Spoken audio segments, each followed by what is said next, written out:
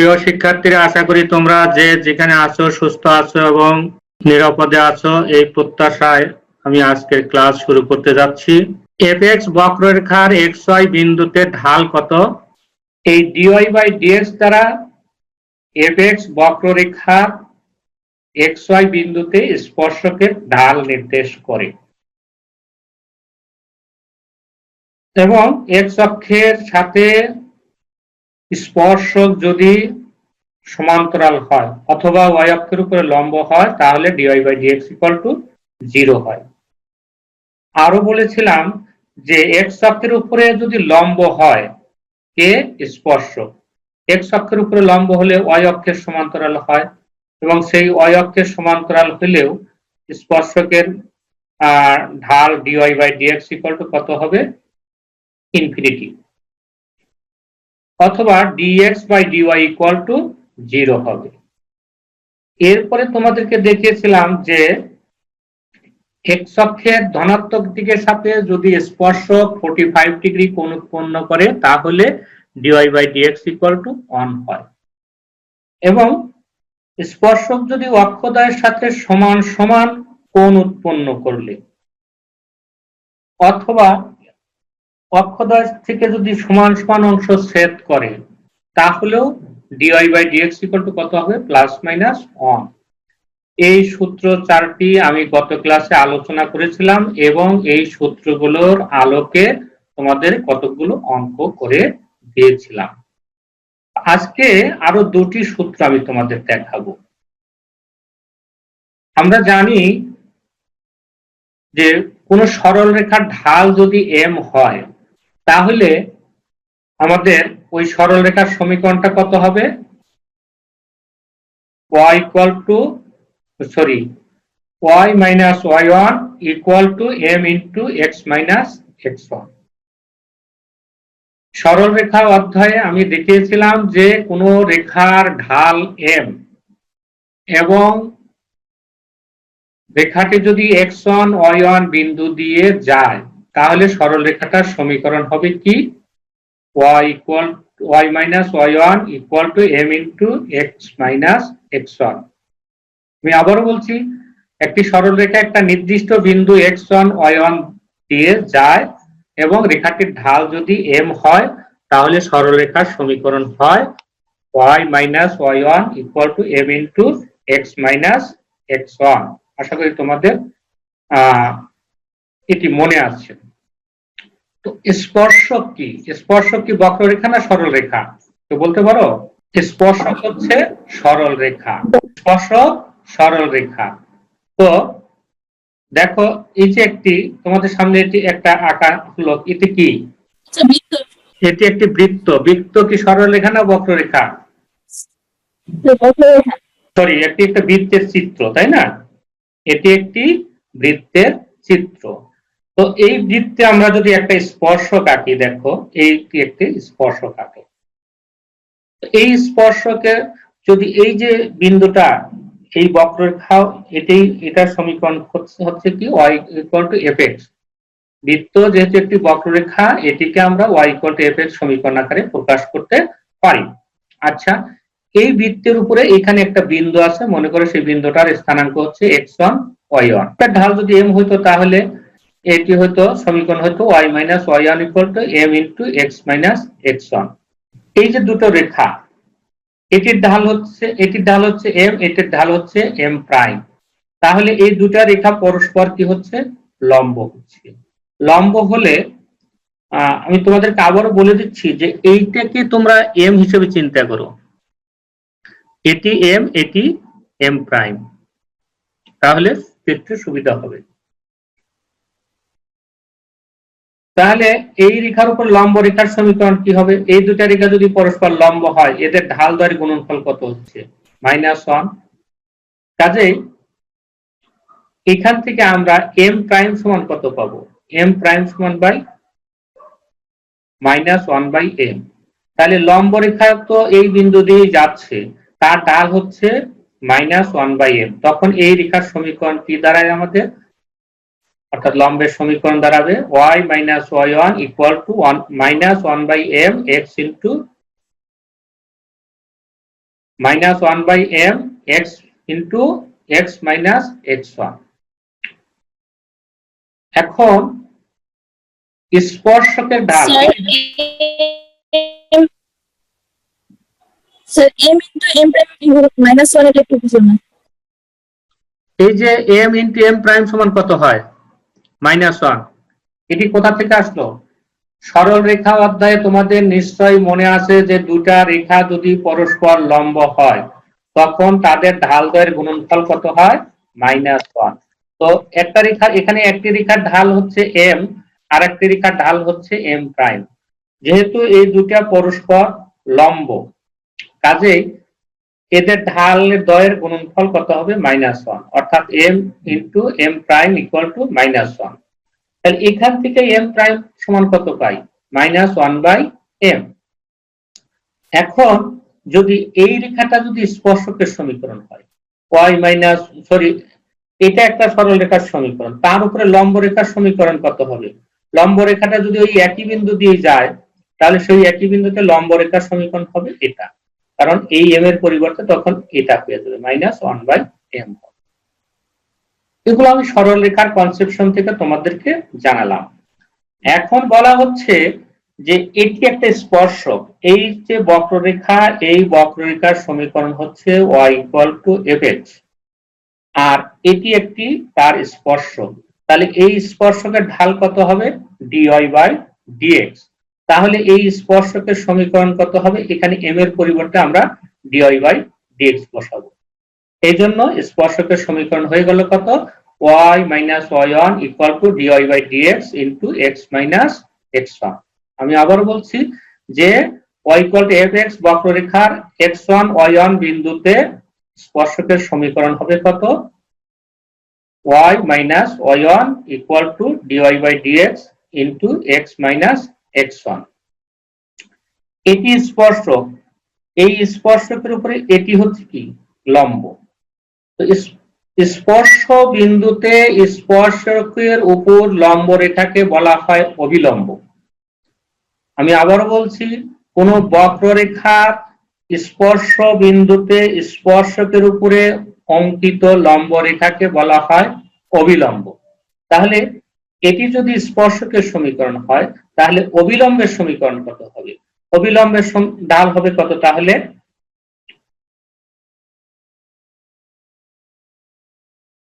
এই যে এখানে m এর মান বসাই, m এর মান কত? 1/, এটা 1/m ছিল, তাহলে 1/dy/dx। তাহলে অভিলম্বের সমীকরণ হচ্ছে y - y1 = -1/dy/dx x - x1। এটিকে যদি তোমরা r গুণন করে লেখো তাহলে কি হবে? এটি সাথে এটি থাকবে, মাইনাস ছিল প্লাস হয়ে গেল x - x1 dy/dx plus x - x1 plus dy/dx into y - y1 = 0। তাহলে আজকে আমরা দুটি সূত্র পেলাম, নতুন সূত্র। একটি হলো স্পর্শকের সমীকরণ হচ্ছে y - y1 = dy/dx into x - x1, আর অভিলম্বের সমীকরণ হচ্ছে এটা।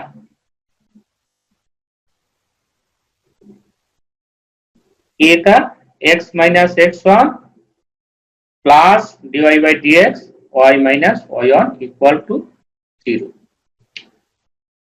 তো এই সূত্রগুলোর আলোকে আজকে আমি তোমাদের কয়েকটি অঙ্ক করে দেব।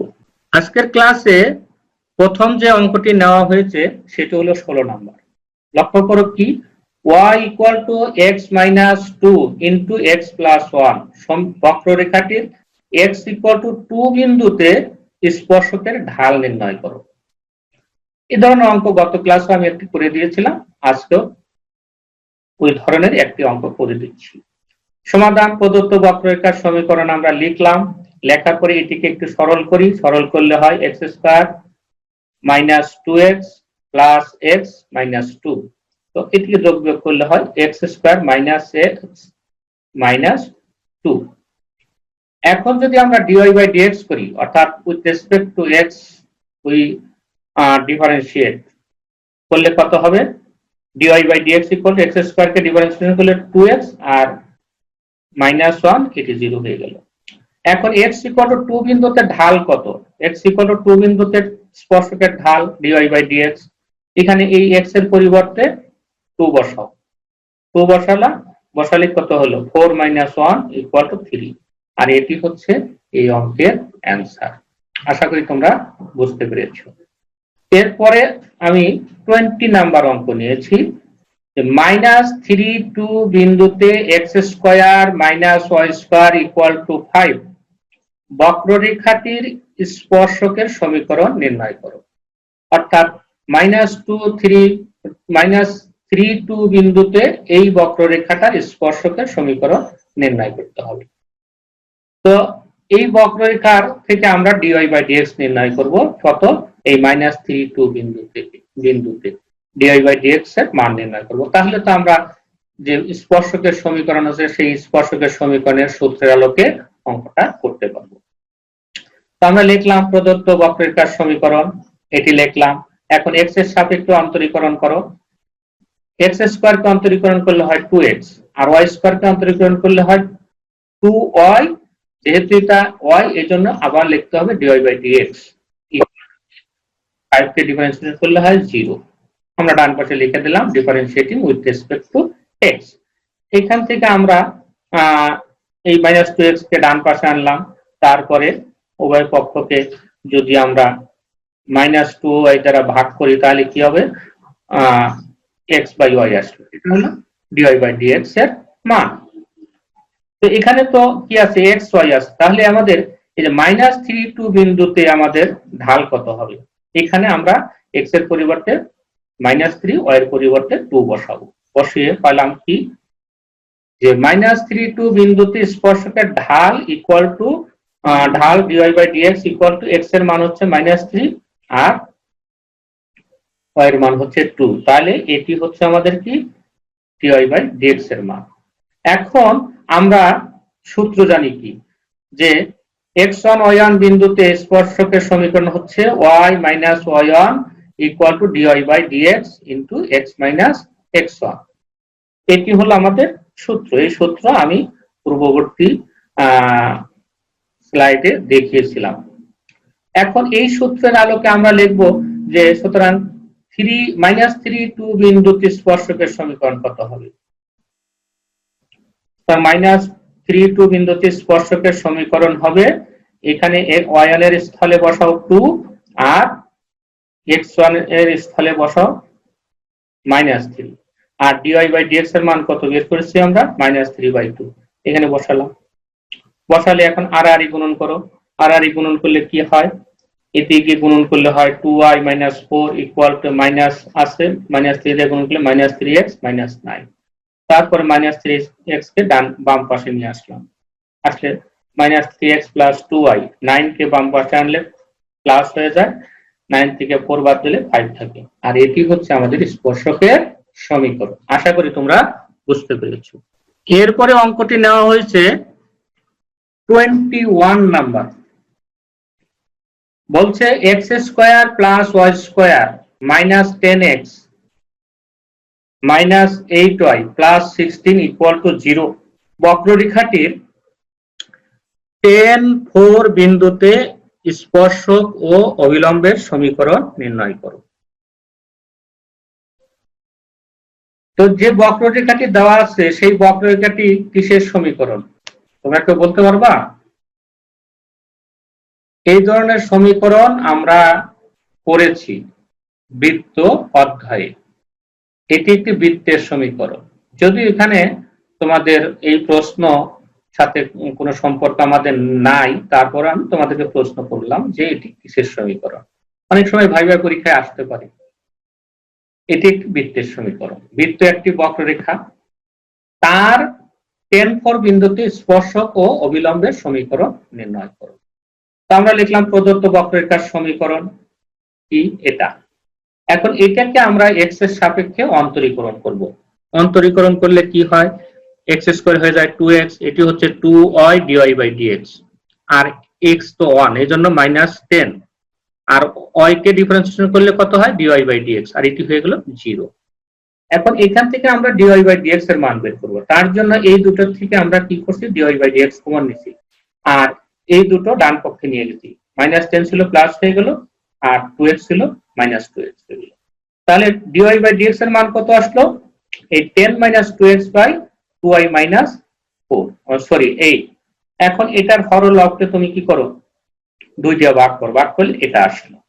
এখন এই যে 10 4 বিন্দুতে ঢাল কত হবে, অর্থাৎ এখানে আমরা তাহলে x এর পরিবর্তে 10, y এর পরিবর্তে 4 বসাবো। বসিয়ে আমরা ঢাল পেলাম কত,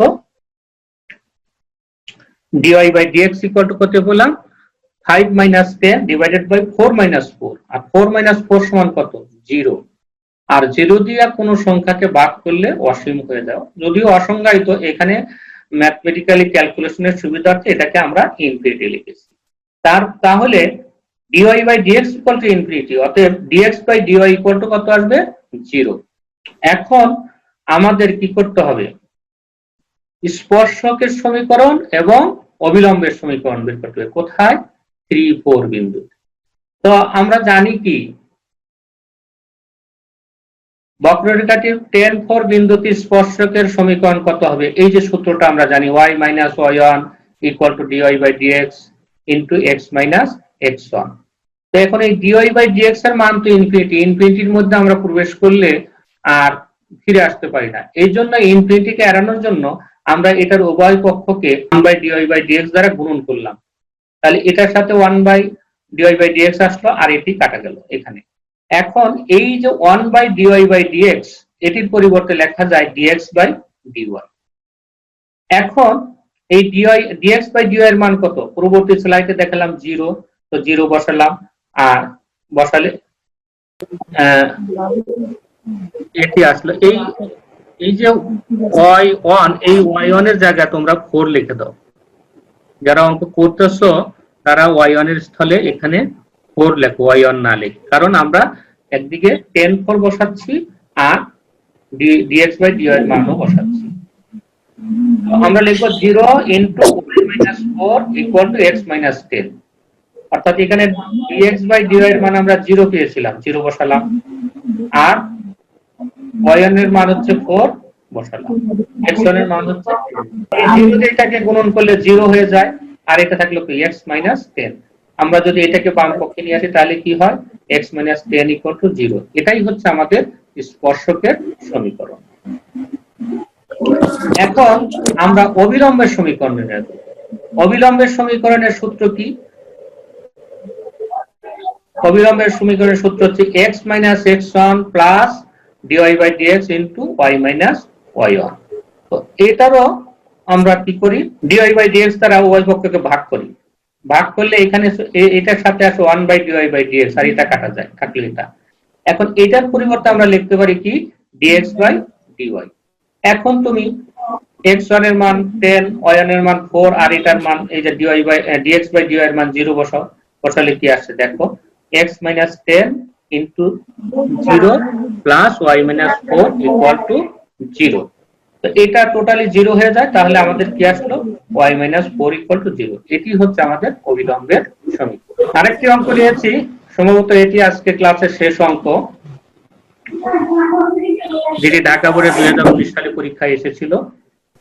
y into x plus 1 into x plus 2 minus x plus 4 equal to 0। বক্ররেখাটি যে বিন্দুতে x অক্ষকে ছেদ করে ওই বিন্দুতে স্পর্শক ও অবিলম্বের সমীকরণ নির্ণয় করো। তো এটি আমাদের কি করতে হবে, বিন্দুও দেওয়া নাই, ঢালও দেওয়া নাই, কোনো সরলরেখার সমীকরণ বের করতে হলে যদি আমরা একটা নির্দিষ্ট বিন্দু জানা থাকে আর ওই রেখাটার ঢাল জানা থাকে, তাহলে আমরা সরলরেখার সমীকরণ নির্ণয় করতে পারি। এখানে আমাদের বিন্দুও দেওয়া নাই, ঢালও দেওয়া নাই।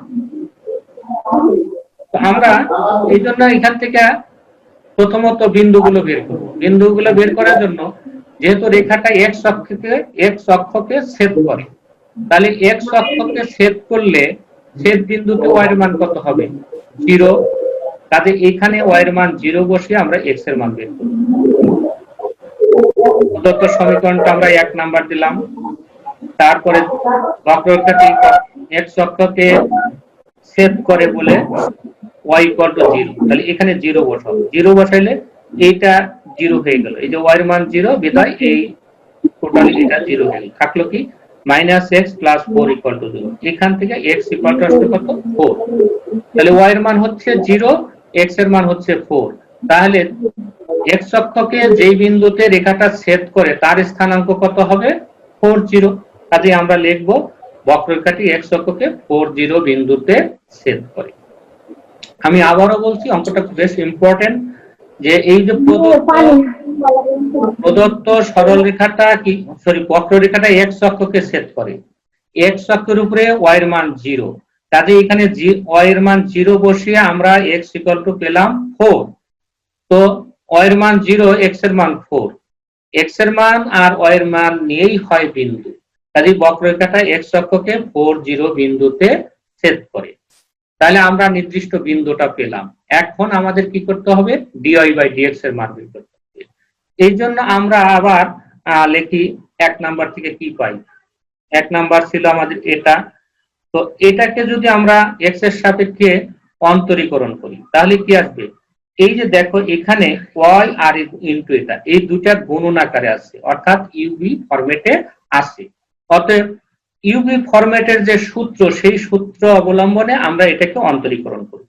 তাহলে প্রথমে লিখব y, লিখলাম, তারপরে x স্কয়ার কে অন্তরীকরণ করলে হয় 2x, এটি হয় 3, এটা 0, প্লাস আবার এটা লিখলাম, এটা লেখার পরে y কে অন্তরীকরণ করলে কত হয় dy/dx, মাইনাস x কে অন্তরীকরণ করলে হয় 1 আর 4 হয়ে যায় 0।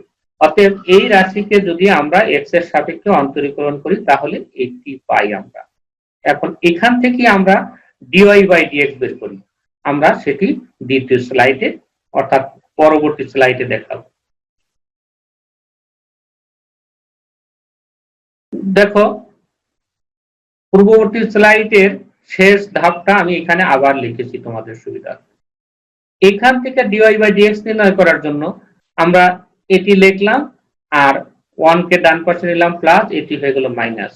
এখন dy/dx কি হবে, এটার নিচে এটা চলে আসলো, নিলাম, লেখার পরে এখন আমাদের বিন্দুটা কত বের হয়েছিল 40, তাহলে 40 বিন্দুতে dy/dx এর মান কত, অর্থাৎ ঢাল কত, এটা বের করলাম। x এর মান বসাবো হচ্ছে কত 4, y এর মান 0, তো 1 - y এর মান 0 বসলে এটা 0 হয়ে যায় আর নিচে এরকম আসে, আর এটা সরল করলে হয় 30, অতএব 1/30, অর্থাৎ dy/dx এর মান হয়ে গেল কত আমাদের 1/30। এখন 40 বিন্দুতে স্পর্শকের সমীকরণ, স্পর্শকের সমীকরণ সূত্র কি জানি আমরা,